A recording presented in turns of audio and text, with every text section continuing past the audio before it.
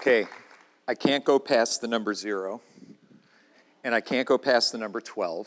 I move around a lot. This is the audience participation portion of TEDxMarthasVineyard, Vineyard, so I hope you're with me. Anybody like food? Anybody? Yes, okay, okay.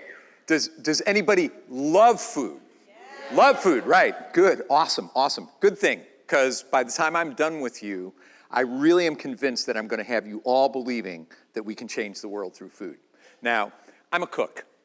That's what I do. That's what I've done for a long time. But I'm also the son of 2 displaced farmers, and I had the privilege of visiting and working my grandfather's farm from time to time over the years until he passed away during my 16th summer. And I learned how to raise animals. I learned how to end their lives with dignity and with grace. I learned how to grow food, harvest food, can, pickle, butcher, fish, hunt, all of those good things. But most importantly, I learned how to really love food in a very direct and special way. That's why I became a chef. But I'm also married and the father of 2 sons living with diabetes. And in my quest to try to determine what we could do to give them their best chance at a long-term life, I learned that their journey would rely mostly about food, that it would be all about food. And along that journey, I also learned some pretty soylent truths about food as well.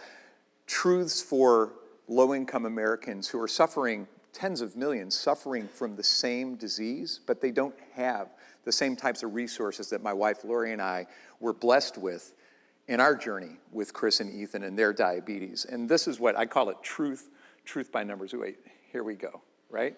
$800 billion in 2007. These are just diet-related disease, diet-related cancers, diabetes, coronary heart disease, all of that stuff. $800 billion, courtesy of the American taxpayer, to treat these diet-related diseases. That's a lot of money. And today, it's actually $1.4 trillion. That's the cost in money. I want to talk about the other costs that are borne largely by low-income consumers, and we'll deal with just type 2 diabetes, okay? Type 2 diabetes. The cost is blindness. The cost is amputation, organ failure, paralysis, dialysis. All of these things are the personal costs of people struggling with diabetes.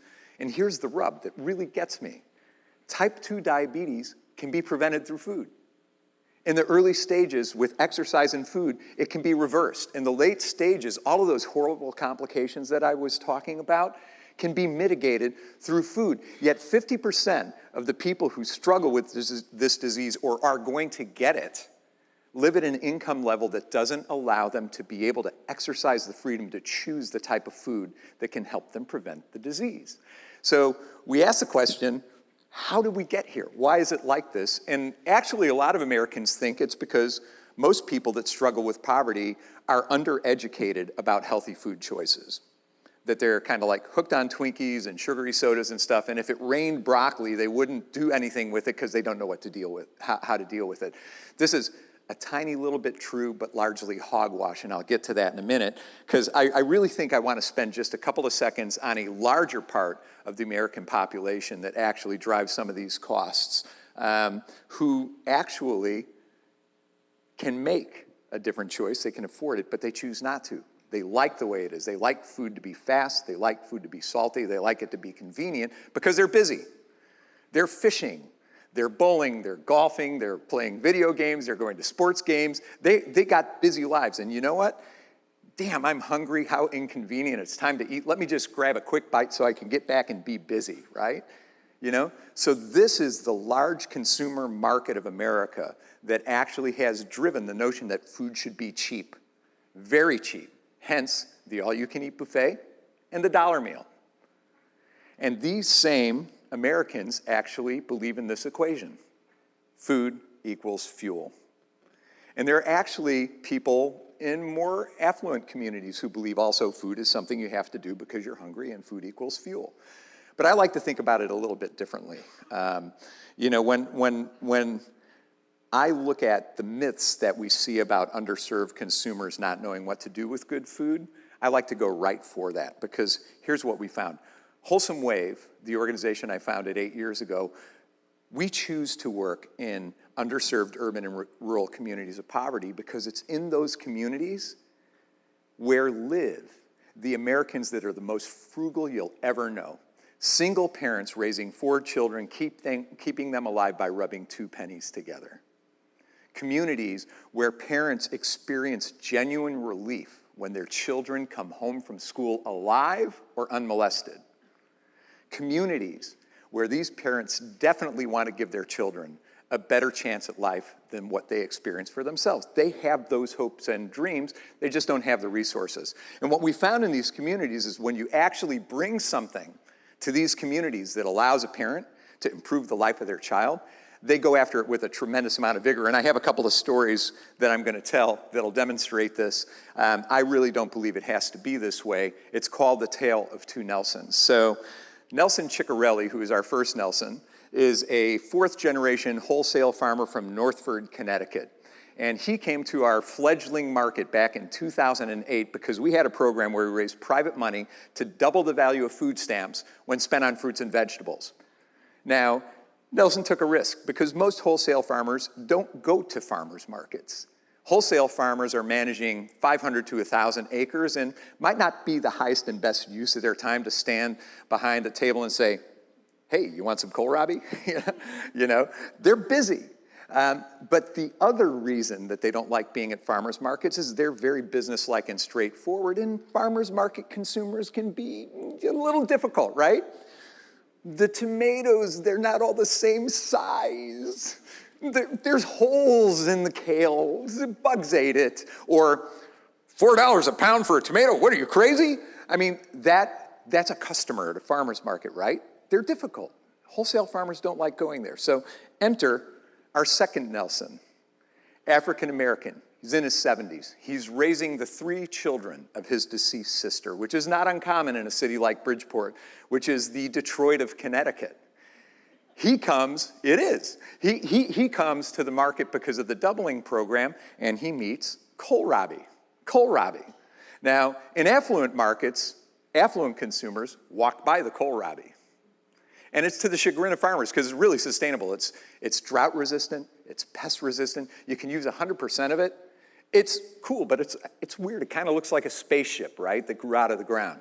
So rather than appearing not to be in the know, they'll never ask the farmer what to do with kohlrabi. They just don't buy it. But not our Nelson. Our Nelson comes and he looks at the kohlrabi, and the kohlrabi is 80 cents, and he picks it up and he's like thinking, this is 40 cents for me because of this program. Excuse me, what the hell is this, and what do I do with it? Because these kids should be eating more vegetables and I can afford this. So to the delight of Nelson Ciccarelli, Nelson comes over and regales the other Nelson with dozens of recipes for kohlrabi. Nelson buys 10 pounds, leaves the market. He self-educated because of affordable access. He exercised his freedom to be able to put vegetables on the table for those children because of affordable access. So I believe that food equals freedom, freedom of choice, freedom to really change the outcome of your life and the life of your children, the people that you're in charge of. But that's not the end of this Two Nelson story. Because of our new kohlrabi aficionado and hundreds of other food stamp consumers like him in Bridgeport, Nelson added $100,000 in revenue to his farm that year, and that's increasing every year. That's almost $500,000 just from one farm stand. City of Bridgeport. There are now 6 farmers markets in a city of poverty that for 10 years attempted 12 times to open a farmer's market without addressing affordable access first. So when you look at what happened to Nelson, that's amazing. So back at the office at Wholesome Wave, we're now working on programs where we can take underserved consumers, have them work with farmers like Nelson on the farm for a year, then manage and run a farm stand for a year, learn about the business, and then at the end of the experience, get the keys to a 50% share in a farm stand with a living wage. Good stuff. Karen Washington in the South Bronx has a project called La Familia Verde, where she takes food stamp consumers, they use their food stamps to buy seeds and agricultural plants. So think about that. Pound of field tomatoes is $1. A tomato plant's $1.29. A tomato plant gives you 20 pounds of tomatoes. Talk about an economic impact with your dollar. Not only did she do that, but in her gardens, they got permission from the city of New York where their gardeners can sell food to their community members in their own community grown from their gardens. So imagine the economic value of a $20,000 income for a family of 4 when instead of spending 60% of your income on food, you're paying for seeds, agricultural plants, growing, cooking, eating your own food, and then for 20 weeks out of the year, making an extra $150 a week selling it in your own community. Food equals opportunity. Food equals opportunity. So in our programs, for 150,000 food stamp consumers, 5,300 farmers in 32 states in the Navajo Nation, we've proven that food equals freedom, food equals opportunity, but there's more. Is there a doctor in the house? Is there a doctor? There's got to be a doctor in the house somewhere. I can't see, it's so dark. Somebody pretend to be a doctor. Okay. Oh, you are a doctor. Okay, so if you're a doctor, I'm going to imagine that, a patient comes to you, they're overweight, trending towards obese, they're hypertensive, their LDL's in the wrong direction and stuff like that. And as a good doctor, you're going to say, dude, you got to change the way you eat. You got to exercise. Stay away from this highly processed crap. And if you don't start eating more fruits and vegetables and whole grains and exercising a little bit, next time I see you, you're either going to have had a heart attack or you'll have type 2 diabetes. It's going to be bad, right? That happens. Everybody in this room can afford to decide whether we take Doc up on his advice or not. We can make that choice. We can weigh it. This is what happens in a community of poverty. Somebody who passed out at one of their 3 part-time jobs to equal a real crappy full-time job goes to the emergency room, the doctor sees him and says, holy cow, you're like pre-diabetic. You gotta lose weight, you gotta change your eating habits, you gotta eat more fruits and vegetables, and you gotta exercise, or the next time I see you, you'll have type 2 diabetes. That person goes home, takes 2 bus transfers to get to a grocery store, finds broccoli at $2 a pound, 8-pack of instant noodles at $1.49, has $2 to spend on a family of 4 for dinner tonight. What's going on the table? It ain't broccoli. It ain't broccoli. And you know what? A year later, that same patient goes back to work, passes out, ends up in the emergency room, has type 2 diabetes, but guess what now? Free medicine. If you have organ failure, hospital will deal with it. Amputations, our healthcare system will deal with it because we will not let somebody perish because they have a life-threatening illness but don't have insurance. That's part of the driver of that $1.4 trillion in healthcare costs, right? So we created a program called the Fruit and Vegetable Prescription Program.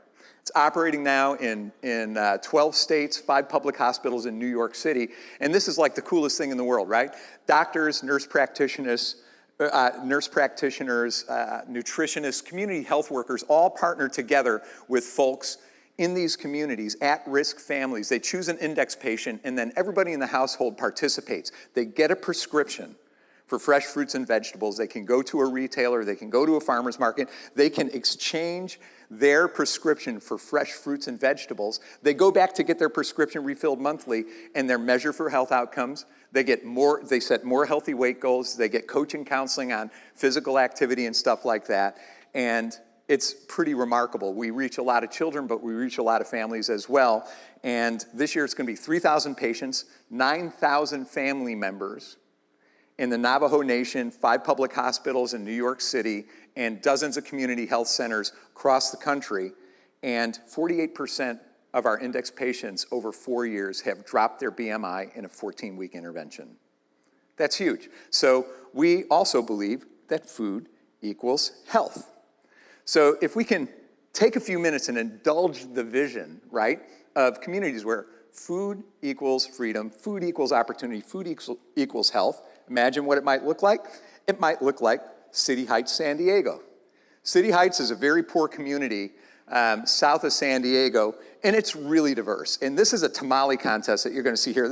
It's like the coolest thing in the world, okay? We have Bhutanese, Laotian, Cambodian, African-American, Hispanic-American, Somali, whites, in this place, all coming together around this celebration for food, doing the most amazing sign language you'll ever see, trying to communicate with each other. And what allows them to have that conversation and attempt that conversation and to connect with one another is food. These are communities who are learning that food is one of the most important glues to bringing them back together and kind of solving some of the racial inequities that we're seeing. And it's happening in South Central Los Angeles at Watts, the west side of Chicago, and North Lawndale and Inglewood, Texas, Alabama, Georgia, rural Maine. It's happening everywhere. We're proving through our approach that food equals community. So there are some folks out there that are into scalability. I am too, been a businessman for years. I know what it's like to do hundreds of millions of dollars worth of business through food. When I look at these communities and people think that this is too quaint, I like to go back to a speech that Franklin Roosevelt gave in 1943, highlighting the 1942 United States Department of Agriculture consumption census, when we used to measure that stuff. In 1942, 48% of all fresh food consumed in the United States was grown in privately held victory gardens. Didn't come from the store, didn't come from a farm stand, not even at a farm. In 1942, we were at half the population we are today. So if those same backyard gardens were still in production today, 24% of all fresh food we would consume this year as Americans, 350 million Americans, would come from the backyard. Wild, that's scale. And if we actually look at it by the numbers, 49 million Americans will spend $80 billion in food stamps, another 70 million of their own money to match it, $10 billion in WIC, another 9 billion of their own dollars to match it. That's 169 freaking billion dollars.